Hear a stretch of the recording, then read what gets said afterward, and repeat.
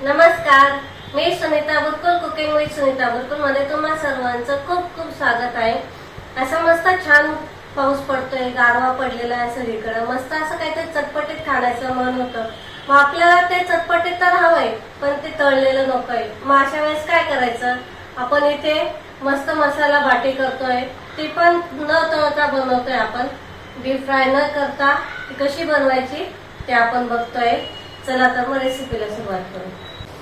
इथे मी कुकर घेतलेला आहे, त्याच्यामध्ये आपण आता बटाटे शिजवून घ्यायचे।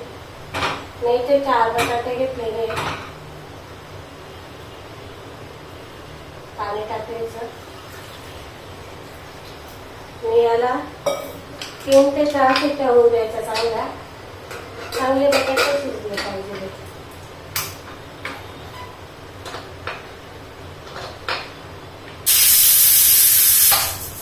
इथे कुकरच्या शिट्ट्या झालेल्या आहेत। आता आपण पीठ मळतोय। इथे मी 2 कप गव्हाचे पीठ घेतलेले आहे। त्याच्यासाठी आपण इथे 1/3 कप रवा घेतोय। तुमच्याकडे जर जाड पीठ असेल तर त्याचा वापर केला तरी चालतो। त्याच्यामध्ये आपल्याला चवीनुसार मीठ टाकायचंय, थोडासा खायचा सोडा,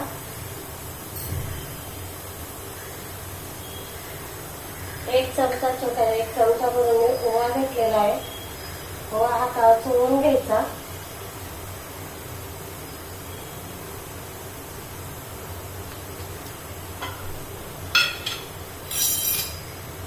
आपण याच्यामध्ये मोहनसाठी तूप घालतोय। तूप इथे 3 ते 4 चमचे टाकते मी, जास्त नाही टाकायचं। नाहीतर मग काय होते की ज्यावेळेस आपण बाटी बनवू त्यावेळेस मग ते तुटते, मग व्यवस्थित नाही होणार। आता हे आपल्याला पूर्ण मिक्स करून घ्यायचंय एकसारखं। सर्व पिठाला लागलं पाहिजे हे तूप। चांगलं चोळून घ्यायचंय।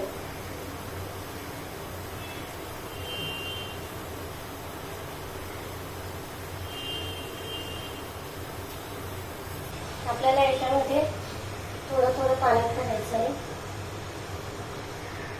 जास्त पण नाही पातळ करायचं आपल्याला, आणि जास्त घट्टही नाही ठेवायचंय। ज्यावेळेस तुम्ही जर घट्ट ठेवलं तर मग आपण जे बाटीचं स्टफिंग बनवतो तर ते त्याच्यामध्ये व्यवस्थित भरला नाही जाणार। म्हणून मग जास्त पातळ पण नाही करायचं आणि जास्त घट्टही नाही ठेवायचं आपल्याला। हे पीठ व्यवस्थित असं मीडियम करायचं। पातळ केलं तर मग ते बाटी व्यवस्थित बनणार नाही, घट्टही ठेवलं तर स्टफिंग व्यवस्थित भरलं जाणार नाही।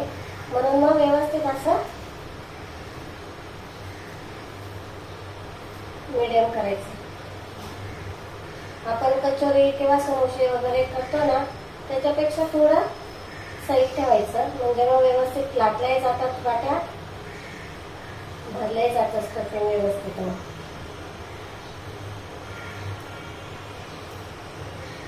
बघू शकता तुम्ही, मी थोडं थोडं पाणी करून टाकते, एकदम नाही टाकायचं।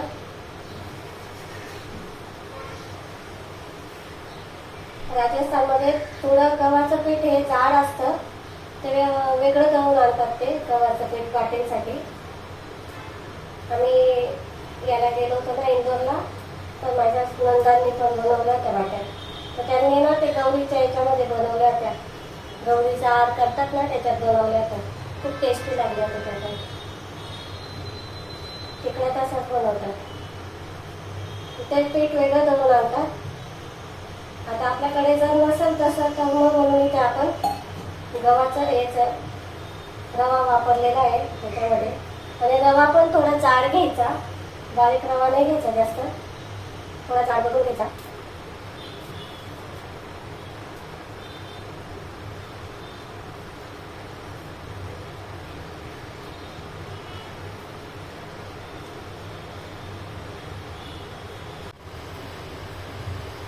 रव्याचे आता आपलं पीठ छान असं मळून झालेलं आहे। आता हे आपण झाकून ठेवू, कपड्याने झाकून ठेवायचं।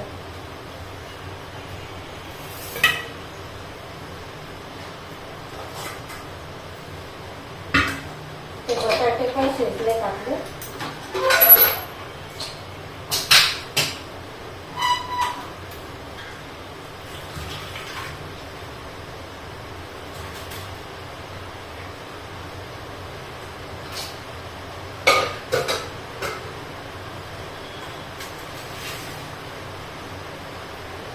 आता आपण एक वाटण करून घेतोय. आता मी इथं काही कुटवून घेते मसाला. इथे मी 4 ते 5 हिरव्या मिरच्या घेतलेल्या आहे. 1 इंच अद्रक घेतलेलं आहे. बडीशेप घेतलेली आहे 1 चमचा. 1 चमचा धने घेतलेले, अख्खे धने. आता हे आपल्याला बारीक कांडून घ्यायचं आहे. जास्त बारीक पण नाही करायचं आहे. हे तुम्ही पाहिजे तर मिक्सरला पण फिरवून घेऊ शकतात. आपल्याला हे आबडधोबडच करायचं आहे.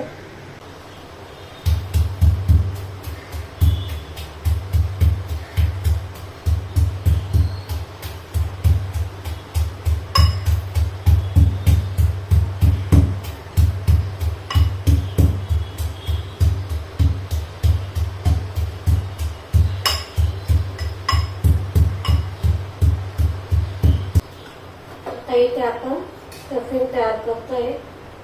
इथे मी तेल घेतलेलं आहे. तुम्ही कोणतंही तेल घेऊ शकता, जे तुम्ही वापरत असाल ते तेल घ्या.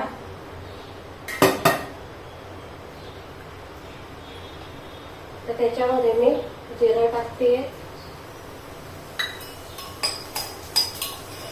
आता आपण हा जो मसाला तयार करून घेतला हा टाकायचा.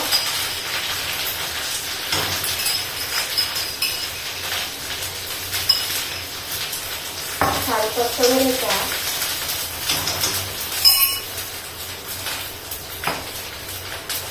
ह्याच्यामध्ये थोडी हळद टाकायची, थोडा हिंग टाकायचा,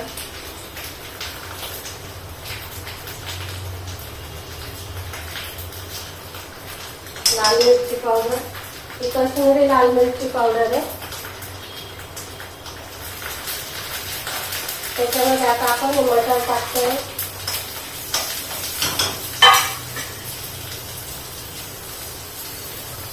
आता हे जे बटाटे आपण उकळून घेतले टाकायचे.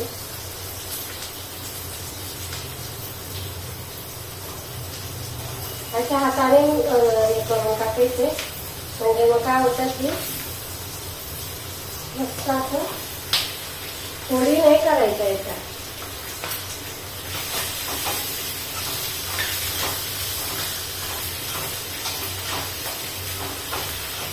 सगळं परतवून घ्यायचं आपल्याला.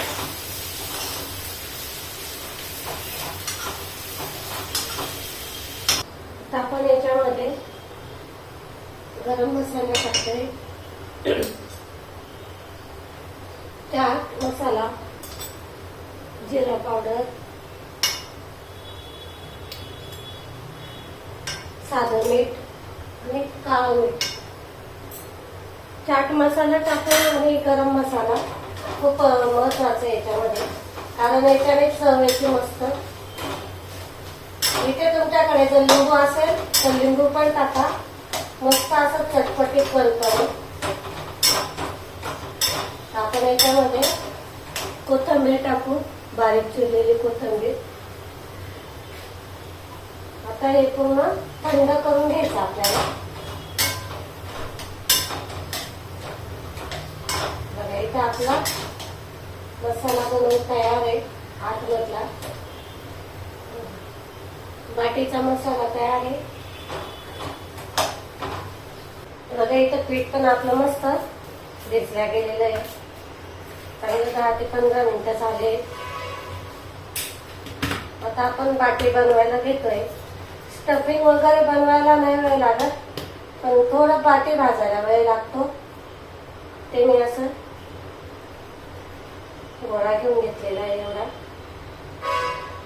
बघा असं घ्यायचा.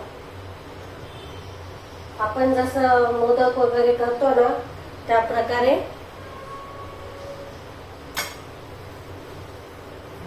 करून घ्यायचं. थोडं तेल लावायचं हाताला, कारण गव्हाचं पीठ आहे त्या हाताला चिपकतं.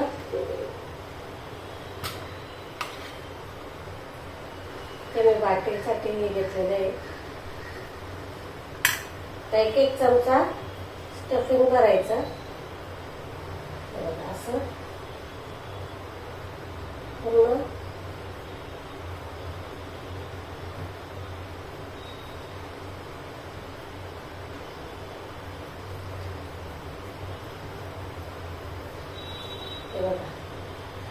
अशा करून घ्यायच्या आपल्याला सगळं. हे बघा आपण आता याच्यामध्ये ना तूप टाकलेलं आहे आणि ह्या ज्या बाट्या आहेत ना ह्या अशा घ्यायच्या आणि याला थोडासा कट लावायचा आहे बघा असा. असा कट लावायचा आणि अशा ठेवायच्या. थोडा टाइम लागतो आणि ह्या आपल्याला स्लो गॅसवरच करायचं आहे. गॅस तुम्ही चुकूनही मीडियम किंवा मोठा करू नका, नाहीतर मग काय होईल की आपल्या सगळ्या बाट्या जळून जातील. मग त्या वरती भाजतील आणि आतमध्ये कच्च्या राहतील. त्याच्यामुळे हे स्लोवरच करायचे आपल्याला. बघा असे कट लावून घ्यायचे. याच्यावर थोडस तूप टाकून घेऊ म्हणजे जळणार नाही. तुमच्या आप्पे पात्रामध्ये जेवढ्या मावतील तेवढे ठेवा तुम्ही.